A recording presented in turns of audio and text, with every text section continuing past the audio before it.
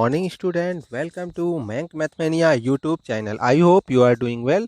Today we will discuss class 8 coal, petroleum and natural gas, in which we will discuss all about petroleum and natural gas.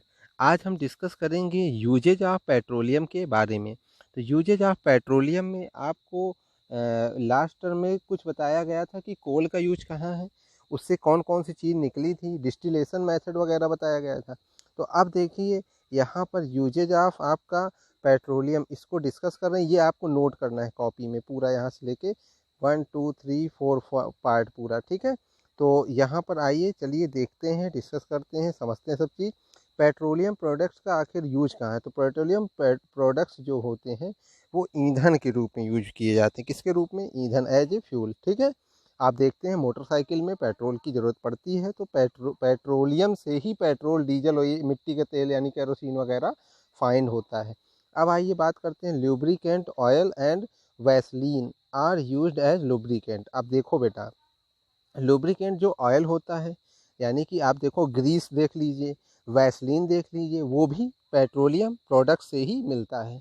Paraffin wax, ठीक, product of petroleum is used for manufacturing कैंडलिंग polishes wax paper. Polish जो जूता और जो आप shoes वगैरह में polish करते हो वो, ठीक है। और भी कई सारी जगह, जैसे मोटरसाइकिल में ही आपको अगर पूरा उसको साइन मारना है तो पॉलिश किया जाता है। तो वो सब जो पॉलिश करने के लिए आपका जो लुब्रिकेंट मिलता है या आपको जो ये प्रोडक्ट मिलता है, ठीक है, वो कहाँ से मिलता है? पेट्रोलियम से ही।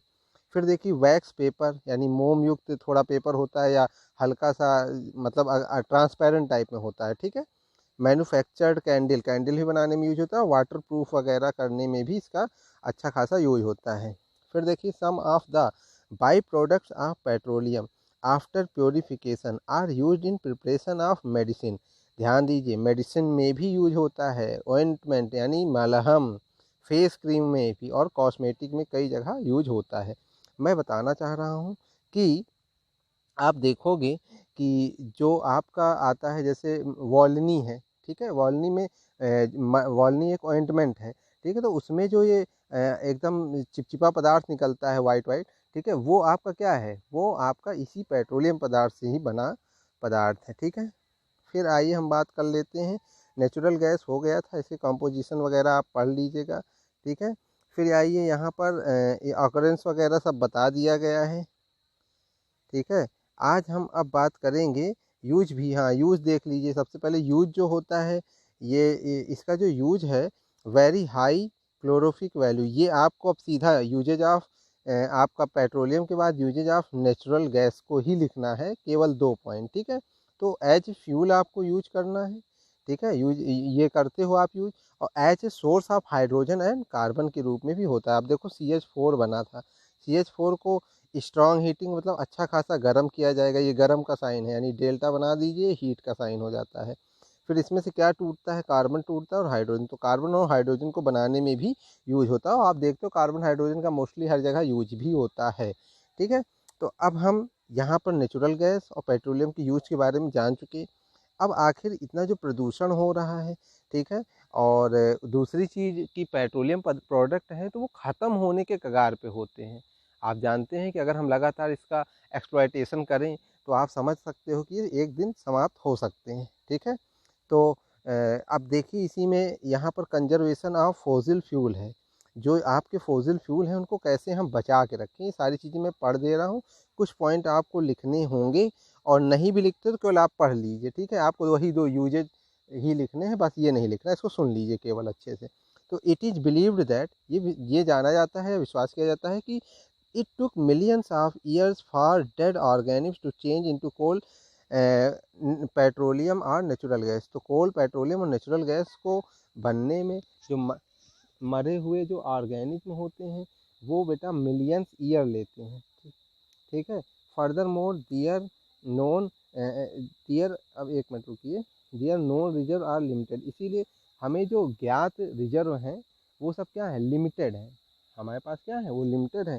ये नहीं है कि क्या कहते हैं पूरे पूरे संसार में, पूरे पृथ्वी पे केवल पेट्रोलियम पदार्थ पड़ा हुआ है। ये केवल लिमिटेड है, और आप जानते हो इसको फॉर्मेशन में मिलियंस ईयर लगते हैं। तो ऑब्वियसली सी बात है कि लिमिटेड ही होंगे। फिर हम बात कर लेते हैं अनदर प्रॉब्लम। पहली बात तो हमें इसे कम यूज करना या बचा के रखना क्योंकि ये लिमिटेड सोर्स है। दूसरी चीज़, another problem with fossil fuels is that they are steadily increasing air pollution. अब देखो, ये वायु प्रदूषण भी करते हैं, ठीक है। Their use is linked to global warming. अच्छा, अब ज़्यादा यूज होगा तो आप जानते हो प्रदूषण होगा एयर वाला, तो उससे क्या होगा, वार्मिंग, ठीक है, ग्लोबल वार्मिंग होगा। ग्लोबल वार्मिंग आप जानते हैं कि अपने एटमॉस्फेयर से हीट का ना निकलना, ठीक है, आपका अर्थ का टेम्परेचर बढ़ा देना, जिससे आपके जो अंटार्कटिक में बर्फ़ वगैरह है वो पिघल के पानी के रूप में समुद्र में पड़ते हैं, जिससे समुद्र का स्तर बढ़ जाता है। ये सारी चीज़ें आप जानते हो, ठीक है, इसको लास्ट टर्म में कईयों बार बताया गया है। तो अब आइए देखते हैं आगे। We can save these fuels for manufacture of many substance which are dependent on petrochemical. मतलब बहुत आप जानते हैं कि इनको जो है पेट्रोकेमिकल से रिलेटेड कई सब्सटेंस बनते हैं, तो उसमें यूज किया जाता है, ठीक है। अच्छा, फॉर एनर्जी पर्पज़, तीसरी चीज़ पढ़ने जा रहा हूँ, for energy purpose we must look for alternative sources such as solar energy, tidal energy, wind energy. मतलब कि हमें इसका कम से कम यूज करना है और इसका अल्टरनेटिव हमें ढूंढना है, ठीक है। और वो अल्टरनेटिव बेटा आपके कौन से होने चाहिए, जैसे सोलर एनर्जी है, टाइडल एनर्जी है, विंड एनर्जी है, इनका यूज हम अधिक से अधिक करें, ठीक है। फिर अब देखो यहाँ पर कि fossil fuels will be available to future generation for more useful product. अब देखो, ये जैसे ऑइंटमेंट हुआ और सारी चीज़ें, कैरोसिन वगैरह हुआ, ये सब चीज़ें आगे फ्यूचर में काम आती है।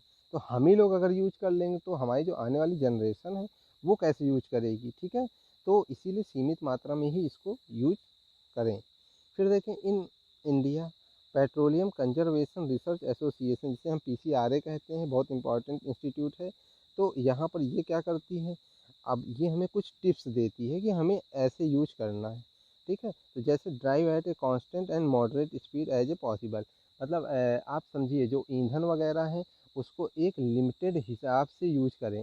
और जैसे स्पीड है, आप मोटरसाइकिल चला रहे हो या कार चला रहे हो, जो भी चला रहे हो, उसको एक कांस्टेंट स्पीड में चलाइए। ये नहीं कि आप एकदम 100-150 की स्पीड में हवा में उड़ा रहे हो, ठीक है। तो उससे क्या होगा, पेट्रोल अधिक फूकेगा। तो अधिक फूकेगा तो उससे क्या होगा, नुकसान होगा। मतलब एक तो एयर पोल्यूशन होगा और अधिक से अधिक ईंधन आपका जाएगा, ठीक है। Driving at a high speed और slow speed waste a lot of fuel. उससे बहुत धीमे चलाए या बहुत ज़्यादा तेज़ चलाए तो उससे क्या होता है कि आपका जो ईंधन है वो ज़्यादा खराब होता है, ठीक है। Switch off engine if you to wait at traffic light और फॉर एनी अदर रीजन। अगर किसी रीजन से आप ट्रैफिक लाइन पे रुके हुए हो, ठीक है, तो आपको अपना इंजन स्विच ऑफ कर देना चाहिए। Check the tyre pressure regularly, low pressure और too high pressure waste fuel. मतलब प्रेशर जो आपके टायर का होता है उसे बीच बीच में चेक करना चाहिए। अगर कम प्रेशर होगा या ज़्यादा प्रेशर होगा तो उससे क्या है, आप ही दिक्कत में पड़ोगे क्योंकि आपके इंजन पे जोर पड़ेगा। फिर देखिए, मेक श्योर दैट, आप इस चीज़ का अनुमान लगाए रहें, बार बार इस चीज़ को पता करते रहें। You send your vehicle to car garage for regular maintenance. आप अपने व्हीकल को मेंटेनेंस करने के लिए, मेंटेन बनी रहे इस चीज़ को ध्यान रखने के लिए गैराज पे भेजना चाहिए, ठीक है। तो ये सारी चीज़ें आपको अच्छे से समझ में आई होगी। और इस पॉइंट को, इसमें से कुछ भी नहीं, केवल आपको सीखना था बस, केवल यूजेज ऑफ पेट्रोलियम और आपका जो लास्ट टर्म था, ठीक है, गैस, इनका केवल यूज आपको देखना था, बस उसको नोट करना था, इसको केवल सुनना था, ठीक है। तो आपने सुनना होगा, समझा होगा। जहाँ दिक्कत है कमेंट बॉक्स खुला है, उसमें आप अपनी चीज़ बता सकते हैं, ठीक है। तब तक के लिए थैंक यू। लेकिन अधिक से अधिक हमारे चैनल मैक मैथमेनिया को लाइक शेयर सब्सक्राइब करते रहें। तब तक